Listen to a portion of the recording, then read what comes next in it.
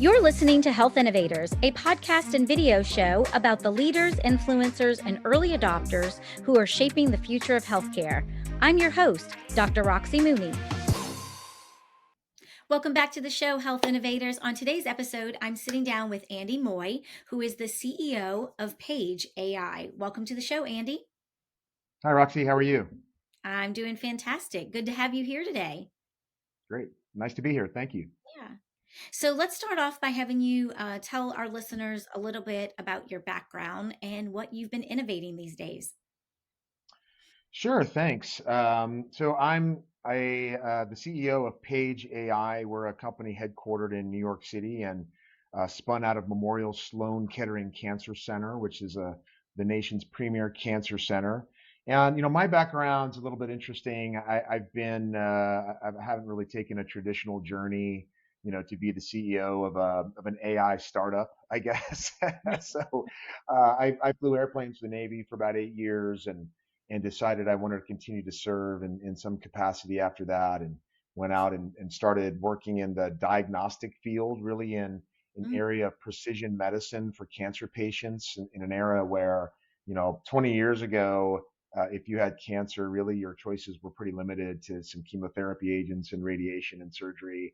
Over the past 20 years, the advent of precision medicine drugs and targeted therapies have really exploded and certainly extended patients' lives. And so I've been part of the diagnostic journey in that, and the way that you determine whether patients have those types of cancers, what types of drugs they should be in, and been a variety of companies, on that end, both on the research side, but also on the clinical side. So that's a little bit about my background. I became the CEO beginning of 2022 here at Page, and mm. it's been an exciting journey.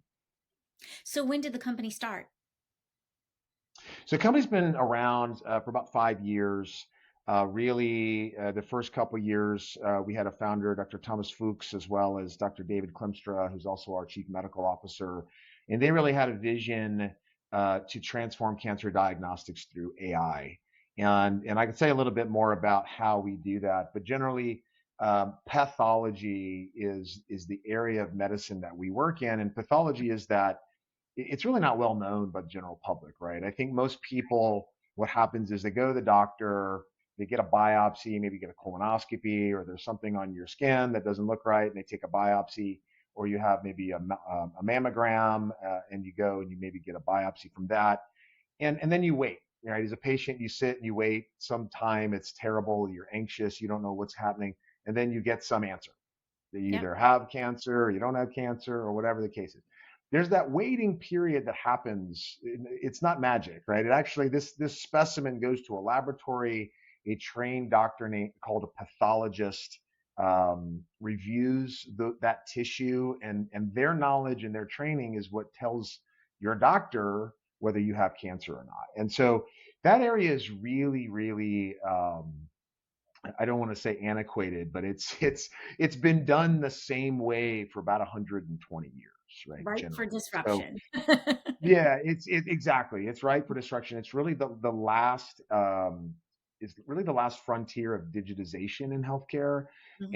and certainly with the tools that you can offer with artificial intelligence and machine learning now, there are ways to ensure that those diagnoses not only happen faster, because the angst that happens as a patient is terrible, number one, and so getting these answers to your doctors faster is one thing, but it should be accurate.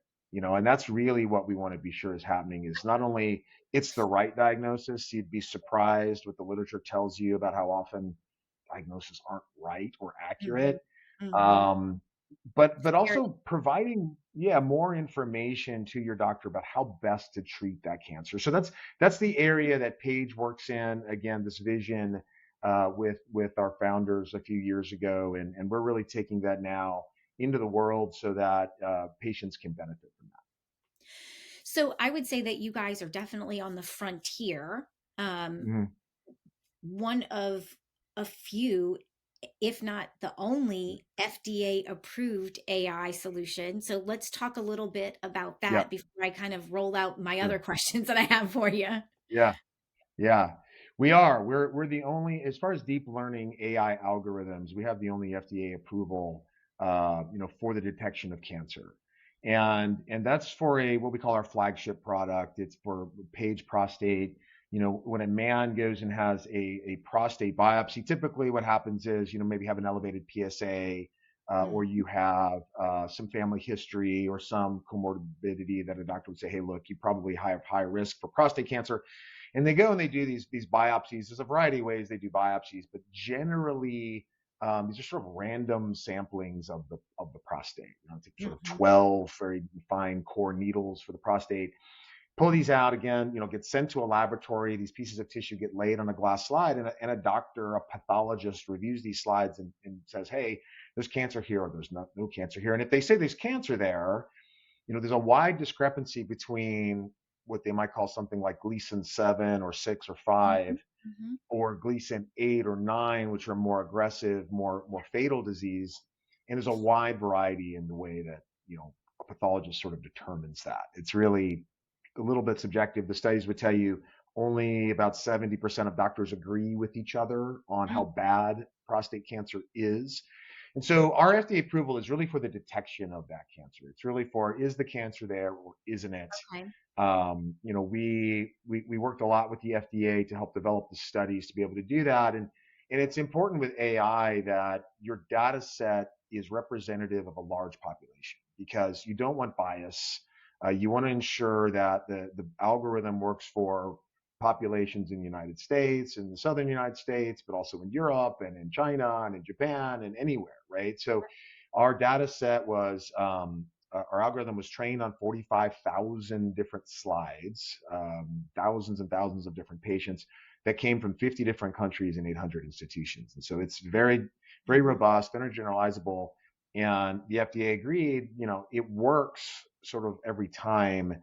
And not only does it work, but it provides the doctor a level of confidence that they wouldn't have without the algorithm. And so as an example of that, our FDA approved, or sorry, our FDA study showed that doctors using the algorithm made 70% less errors than when they didn't have the algorithm, right? So as an example, there was one That's a particular strong value slide. It was, proposition. yeah. It just makes the physician Mm, more sensitive to finding sort of small pieces of cancer or difficult to spot or mimics or those kind of things. And the other thing, Roxy, that's important to note is that at places like Memorial Sloan Kettering or MD Anderson or Moffitt, for example, they have specialists. They have these prostate cancer specialists who that's all they look at all day long. They were trained in it. They did 40 years of whatever doing it. But generally, about 70-75% of the population in the U.S., their biopsies are read by what they call generalists, right? Doctors, pathologists that see yeah. skin and then breast cancer and prostate. It just depends on what comes in the door.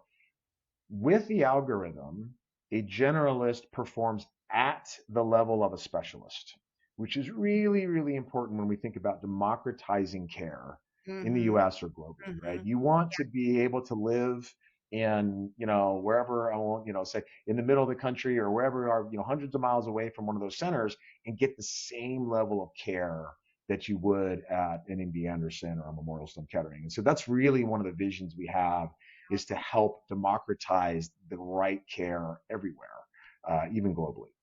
That's really powerful. Yeah, So, um, you know, it's one thing to be an entrepreneur in healthcare, bringing an innovation to yeah, market.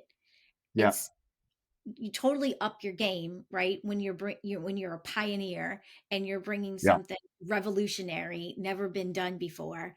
And in my yeah, mind, what you're presenting today is a whole nother level when you're talking about yeah, being first and only with the FDA. So, what has this journey been like for you over the yeah. last couple of years? I imagine it's a wild ride. Yeah, it is. I think one of the interesting things about healthcare disruption, I mean, certainly this from all the innovators you talk to, is that a great idea and a great product doesn't necessarily mean it's going to be adopted, nor Right. does it mean it's going to get paid for, Yep. nor does it mean you're going to be successful, right? And so a lot of great ideas in the disruption of healthcare sort of I don't know, they sort of die on the hill of healthcare reality, I guess is the analogy I use, right? They sort of say, wow, shouldn't every doctor use this? And you realize, physicians need dozens of New England Journal of Medicine clinical articles, and they need to know how the payers are going to react, and Yeah. what is this going to cost? And so I think, the journey, goes, I think, for a lot of startups through these phases. And for me, my background has really been about bringing these new technologies and sort of, I'm not going to call it the last mile, but it's sort of the Mhm. important mile. And the Yep. important mile is, it's not just that this technology is great, not does it impact patient care, but how does it work in your workflow? How Mm. do you get it paid for?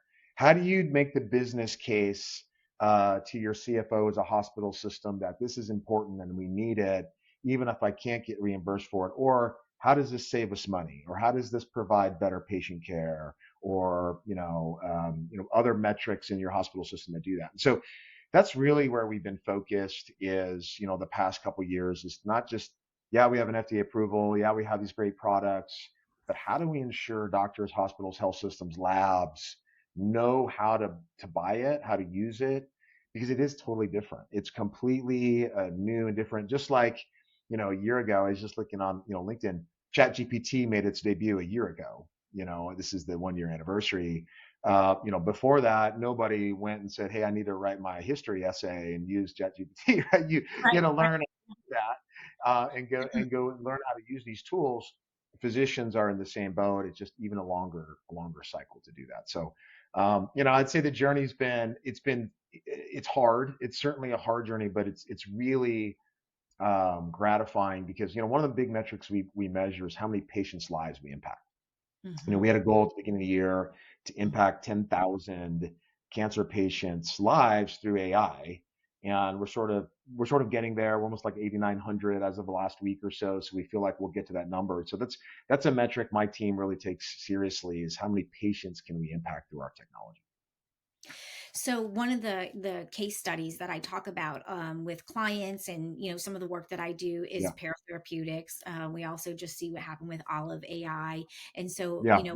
when I hear you describing this, I go, okay, it's kind of, how do I not become Pear? How do I not become Olive? How do I not end up in the zombie graveyard with something that is so incredibly needed around the world?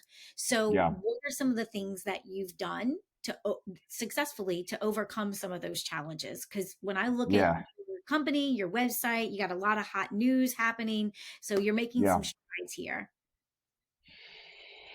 Yeah, these are great questions for CEOs, right? I mean, these are the warning stories, you hear about Pear and how much money they raised, and sort of you know, the um, the promise of digital therapeutics, right? And getting all those sort of things going. Again, I really do believe it comes down to, this important mile, last mile or Mhm, important mhm, mile. And I think so many entrepreneurs, especially in healthcare, right? A lot of companies like us start at a big academic medical center, perhaps, with some, researchers' innovation that is new and novel and amazing, and in the lab works great or whatever. And so, well, let's spin that company out, right? Let's do mhm. some, get investors, and we'll spin that thing out. And I think there's a lot of promise about how great it's going to be, but it is, especially in the United States, and other countries, it gets even more complicated depending on where you're at. But in the United States, the climb is very long and hard. And I think a lot of entrepreneurs and investors too, if I can speak for them, probably also need to recognize this isn't a 1 or 2 year or 3 year journey. This is probably a 10 to 15-year journey Yeah. to Yeah. get there. And if you look at companies, I'll make an example, Exact Sciences, which I think is a great company. They have, Cologuard, which is sort of the premier, non-invasive screening test for colon cancer. Well, they went through 8, 9 years to get to the FDA approval, and it's been even longer to get coverage and get adoption and all those kind of things. And now, they're a many billion-dollar company, Yeah. and all those kind of things are great, but they've been around 20 years. So it's not like there was this 2 or 3 year, wow, it just came on. I think there are very few of those in the world, that are out there. So what is the moral of the story? I think the moral of the story is, people sort of have to be cognizant of all of the challenges in front of you in healthcare and in healthcare innovation. It's payers, it's the adoption, the slow adoption for hospitals and health systems. It's all their other competing priorities. We I was just asked to provide some predictions for 2024, right? And one of the interesting things in AI, I think, is that you have a lot of companies that have what I call point solutions. A Hmm. single product for a single clinical use case. Those are really challenging for hospitals and health systems to do anything with, because they can't. They need some sort of platform. It needs to work across all of their IT. It needs to work across all of their enterprise other systems that they have, their information systems and data. And so I think you'll see more platforms come into play versus companies, and there's a lot of them, particularly in radiology, that have a single point solution going there. So it's a long journey, but I think it's if you hang in there, that's the other I think moral of the story is you have to persevere. You have to be determined.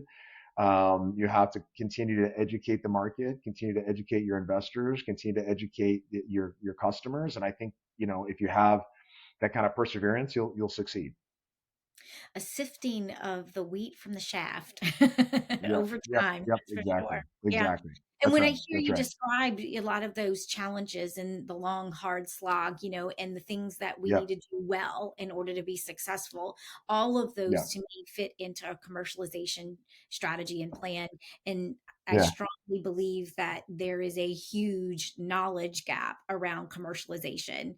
And yeah, I think you have an advantage with your background, right, being in commercialization, not in any other industry per se, but in healthcare specifically, which really helps. yeah, And being able to understand how to successfully commercialize something already, it gives you definitely a yeah, significant leg up.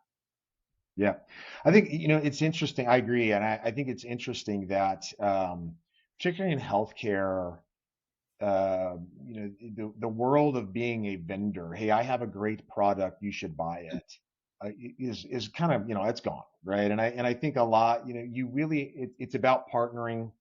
Yeah. So much of what the hospitals and health systems, when particularly large academic medical centers, it kind of starts with doing research. How can we do research collaborations together? How can we, help further our academic mandates that we might have as an institution, and then we'll look at, how we maybe partner on a risk-based, value-based and risk-based method. I mean, the hospitals and health systems, of course, you have to understand the way they get paid, right? I mean, Mhm. in the shift to value-based care is sort of there. We're getting it just depends payer by payer. In the laboratory, in the world we live in, it's still very limited. There's still a lot of fee for service. And so it's a volume game. The more volume you get in, the more you get paid. But actually, in our space, the workloads are getting too much for the pathologists to be able to Mhm. handle. And so there should be an efficiency trade-off there that we get there. So I agree wholeheartedly. It's not just about great product to sell it. It has to be great product. Now, how do we start with the clinical evidence? How do we work in with research? How do we find ways to partner with the large systems so that they feel comfortable that this does improve their patient care, or their get some ROI out of it. So it's a very complex commercialization journey, more than just I think most people appreciate. Yeah, yeah, completely agree. So, as Yeah. someone who's come from a background of working for larger organizations and Mhm. then now being the leader of a startup, Mhm. but also still selling to a lot of Yeah. larger organizations, how has Yeah. that Yeah. transition been for you? What are some of the keen insights that you've been able to leverage because of your background? But then maybe what are some of the things you're like, I don't have a team of 50 to go, hey, Bob, I Yeah. need somebody to do this for me. Yeah.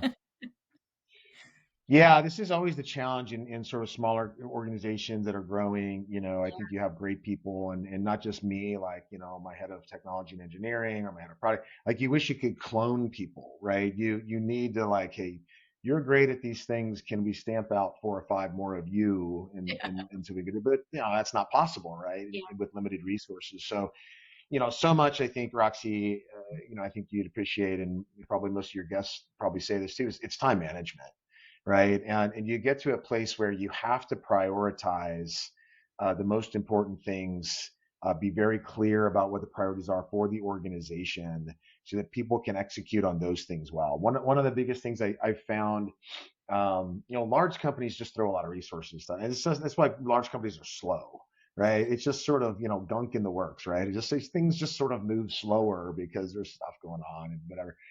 Yeah. Small companies, I think the challenge of small companies, especially with, in the early days, is you can very quickly and easily have scope creep, which Mhm. is like, wow, what if we did that? That's probably a great thing to go try and see if that, well, what if we just partnered with those people, and we could keep, and you could do that forever. Yeah. And I think, Steve Jobs is famous for this video where he talks about focus means saying no. Yeah. And so I've tried to, really tried to take that on, right? We try to go in our executive management team meetings and sit and go, what should we say no to? We need to Yeah. say no to more things and be very, very clear about the things we want to say yes to. And FOMO is real. People go, oh, look at that press release. Those people are doing that. And oh, why aren't we in that space there? And these sort of things. And board members and investors are that way too. Yeah. Having clear focus and a clear strategy and a clear plan is so critical. And I think in my early, probably call it 6 to 9 months here, I had the same problem. It was, shiny object, shiny object, shiny object. And you have to really get to a place where, okay, look, this is what we're doing. This is our mandate. These are the 3 or 4 clear priorities everybody has to have. And if it doesn't fall into those, we're not doing it. We I just call it have to say shiny no. opportunity syndrome. And Yes, a yes, lot of yes. entrepreneurs suffer from it. It's so hard. Even myself, I battle it every day. It's Yeah, just, it's really hard. You have to have a group of people that you allow and give permission to speak into you, to kind of raise their hand to let you know, hey, I don't think we have capacity for that. I don't know. right. Yeah, I don't think we have the resources, the time resources, the attention yeah, resources to pursue yeah. that right now. We haven't nailed this other thing first. Yeah. One of the interesting questions I ask the team all the time, and this goes back to our earlier conversation about commercialization, is, something will come up in product, wow, or we'll have collaboration, or you have advisors, scientific advisory board, and somebody comes up with something, and somebody gets very excited about it, and I'll ask the question, well, who's going to pay for that? Right? Yeah. And that's sort of a double-sided question, right? Number one, like, is that a cost to us that we're going to Yeah. develop that pay? And ultimately, who on the customer side is going to pay for it and how? And then that really starts to be, well, I mean, people will like that. Will they? They might like it. Will they pay for it? That's That's a a very whole different, nother ball game. yes, that's a very different, yeah, question Mhm. than this is a great idea. So yeah, this is Yeah. something I think every startup entrepreneur, I think we're, I should knock on some wood. I mean, I think we're through a lot of those challenges at this point, and we feel very focused about what we're doing. But it still comes up, and especially in new technology, because the world of AI and technology moves so fast that it's Mhm. very also simple or easy to go, hey, we should also do this and this. So Sure. balancing resources, prioritization, time management, focus, those are really the key big lessons I've learned, in Sure. this role, kind of coming into it. Yeah, definitely. Thanks for sharing that with us. Yeah. So let's talk about Microsoft and your partnership Sure. with them and that Yeah. program. How did that come to Yeah. be? What's happening there? Yeah. Yeah, we're very excited about our sort of collaboration and partnership with Microsoft. And it's a few things. It's sort of threefold, if you will. The first is, we love, Microsoft as a cloud partner. We think, they're doing great work in healthcare. They have a very clear also strategy there that, they want to enable startups like Paige, to bring these novel applications and new technologies to the market, and they support us doing that. So we're happy with that. The second is, an actual collaboration we just announced last week with Nuance. Nuance is a Microsoft company, and they've been in the radiology space for many years. They sort of have been through a lot of the pain of watching radiology move to digital and Mhm. start to use AI. And so we're partnered with them on sort of building a consult network with pathology. So instead of moving, today the way it works, if I want to send, if I'm a generalist, kind of one of those generalists I talked about earlier, but I need to send a case to a specialist at Memorial Sloan Kettering, I have to take those glass slides, some paperwork, put it in a FedEx box, and ship it off, and hope it gets to the right specialist. And then maybe a few weeks later, that patient is still waiting for an answer, is going to get that consult. And so we think about a digital consult network that we're really excited about working with Nuance on, because they've already built the radiology image sharing network, called Mhm. PowerShare. So that's sort of the second collaboration. The third that is really where we start to get into the cool stuff when it comes to AI is, we're working with them on, and they're really helping us with the compute side, sort of as a service provider,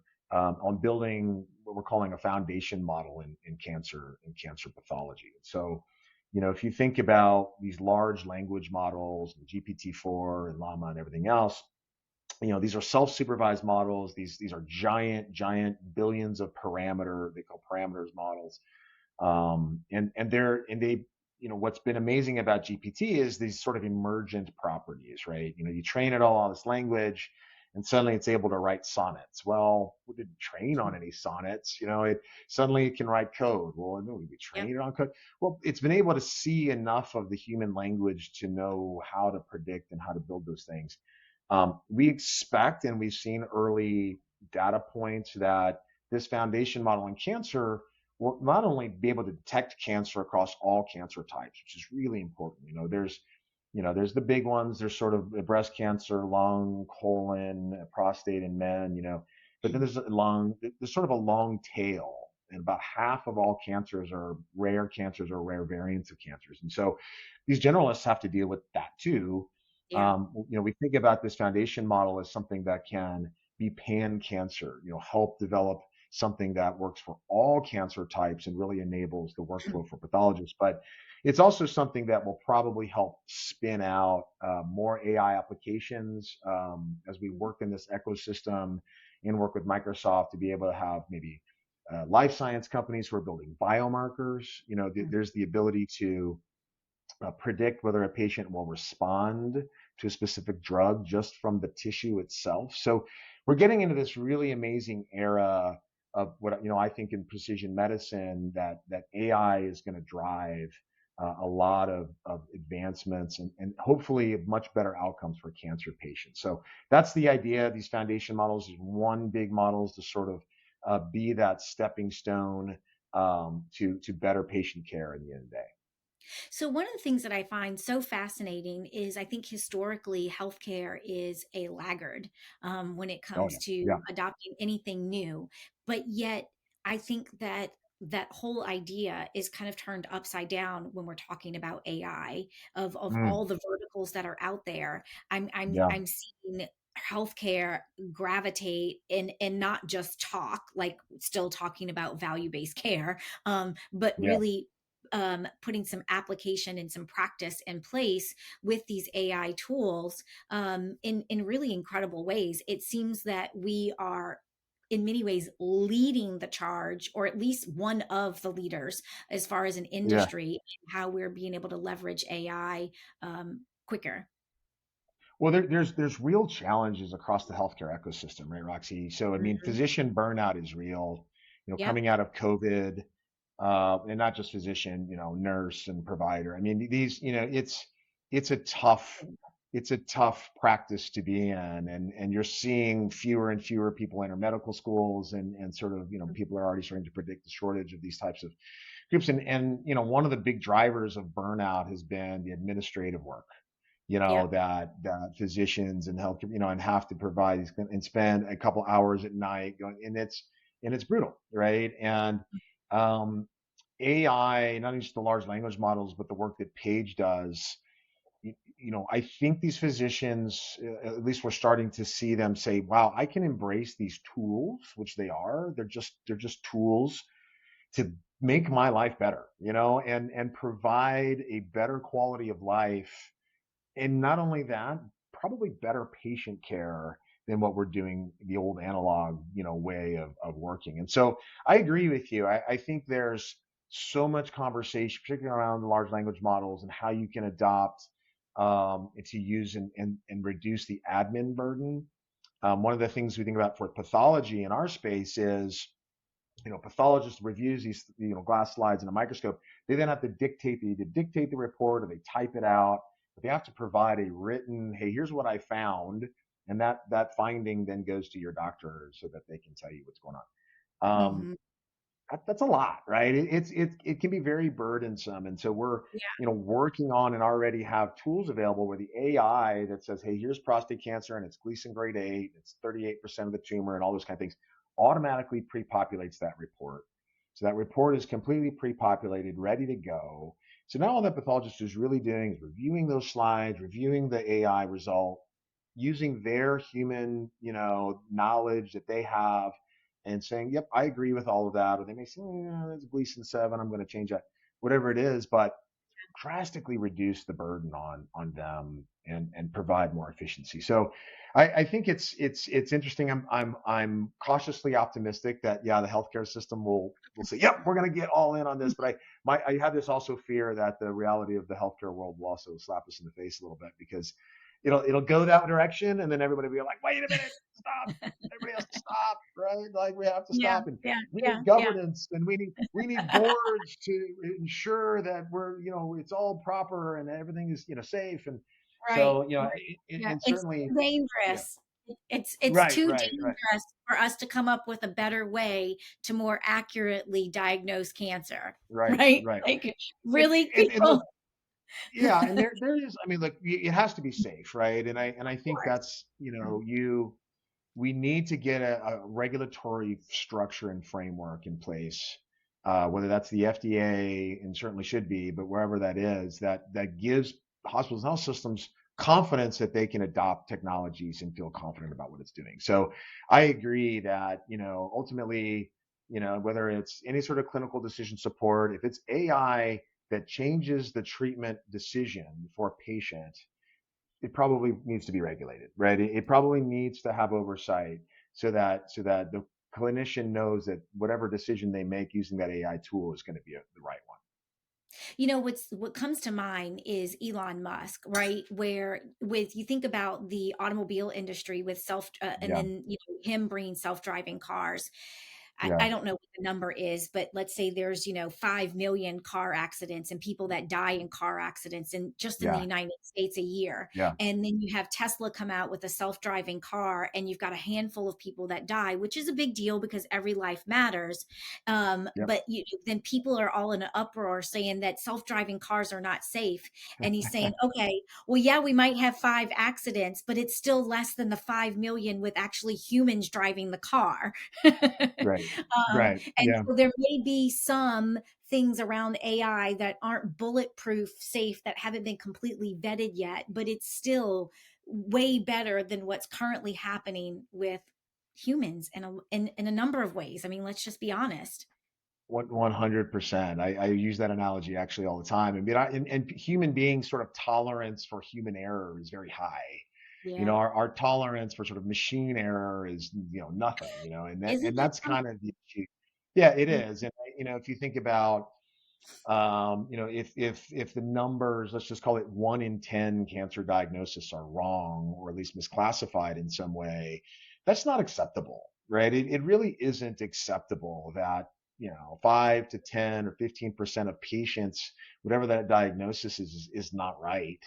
Especially if And it's it, your family or if it's yeah, yourself, right? exactly, right, exactly.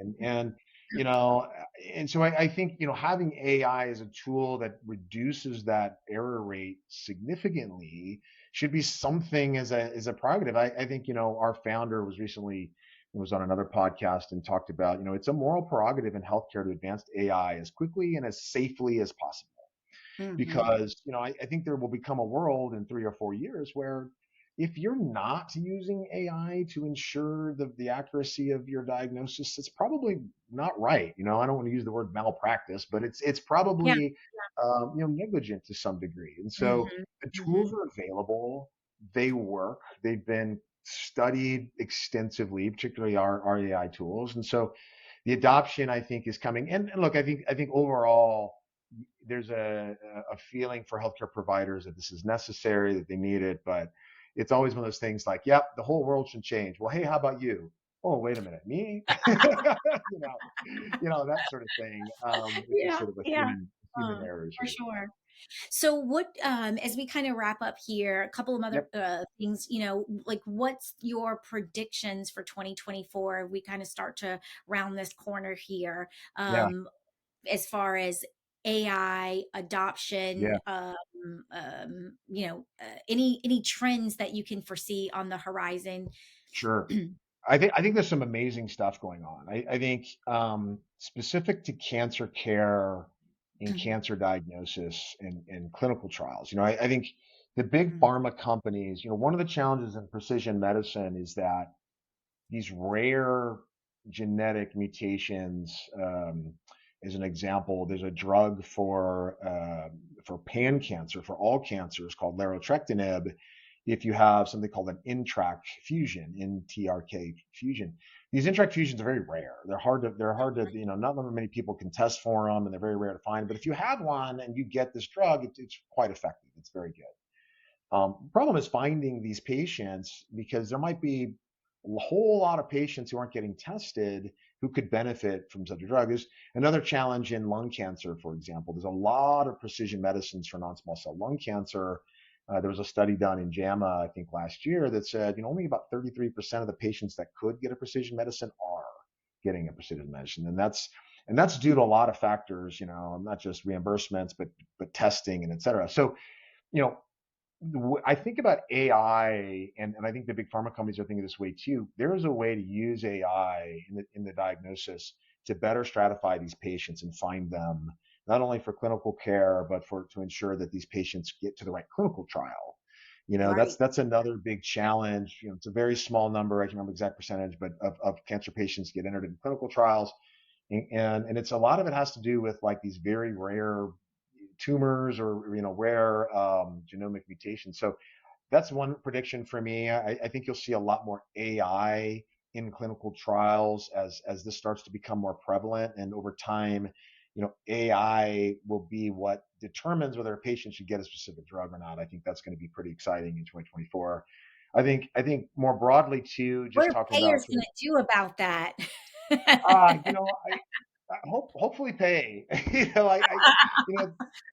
It's Uh, funny what payers will pay for and what they won't, right? I mean, yeah, they're yeah, happy to pay for drugs, that may or may not work, just because they might be in sync guidelines and we've been using them for 50 years, and they'll pay for yeah. those for 2 cycles of treatment, and then ultimately pay for something else at the end of cancer care. But the idea is certainly, I think most oncologists would agree, and the studies would back that up, is that your first line of medication in cancer care is the most important. You're going to get the most lasting duration of effect.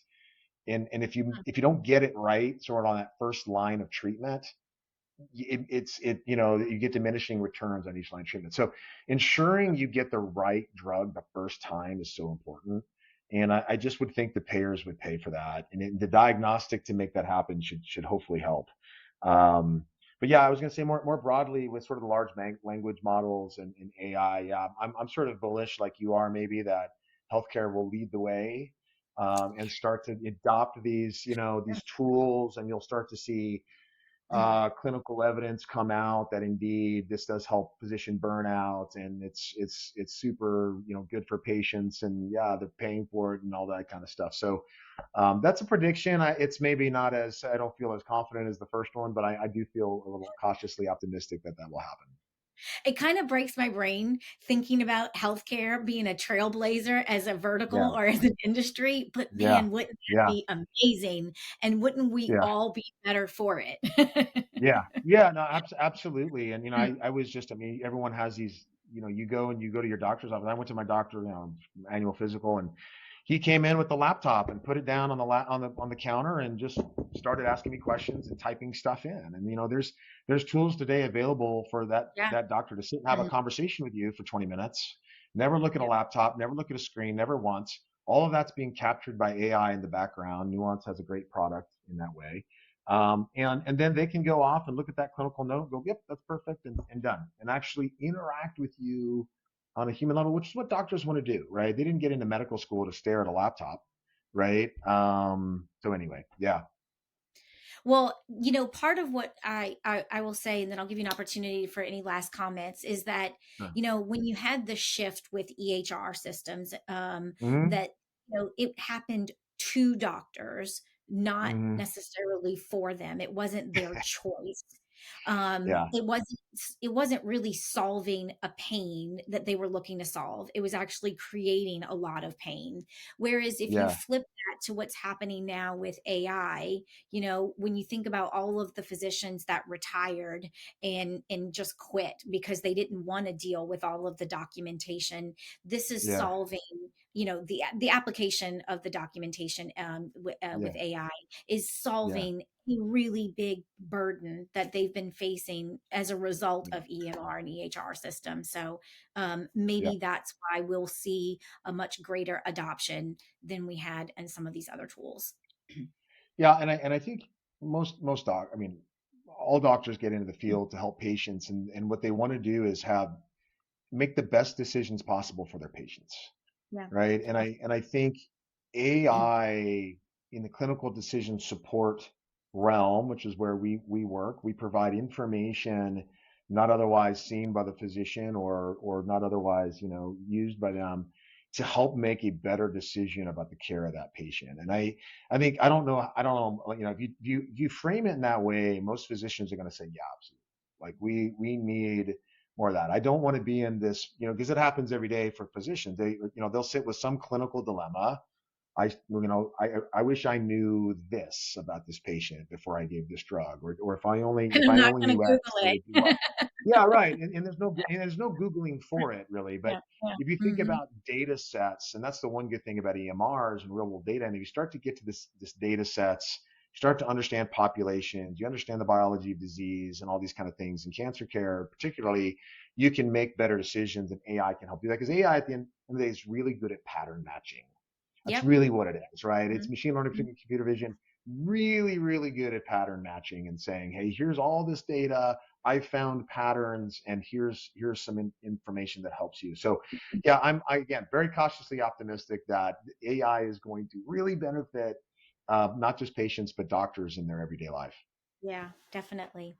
So, any last words that you have that you want to share with other innovators that are in the audience today that Yeah, are um, going through that same uphill battle as you? right, right. Stick with it. I think we talked about that, right? It's if you really believe, and I think too, go back to that core belief. What was that core thing that got you started to begin with? What do you really believe your disruptive technology or whatever is solving? And stick with that. Don't go over here and go over there. I mean, I think you really need if you really believe it, right? I mean, that's the key thing.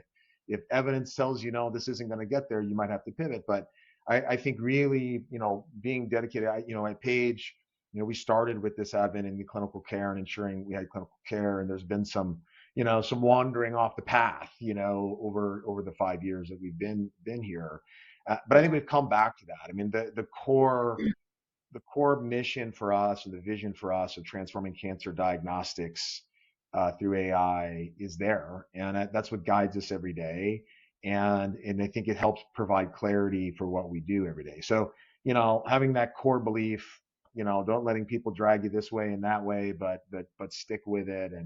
And I think this is a tough time too for startups. The venture capital and the economic world's been tough overall. But if you Yeah. have a really good thesis for disruption, and you can prove why people will pay for it, then Yep. then I think you'll be all right. Yep. Exactly. Well, thank you so much for joining me today, Andy. How can folks get a hold of you if they want to follow up with you after the show?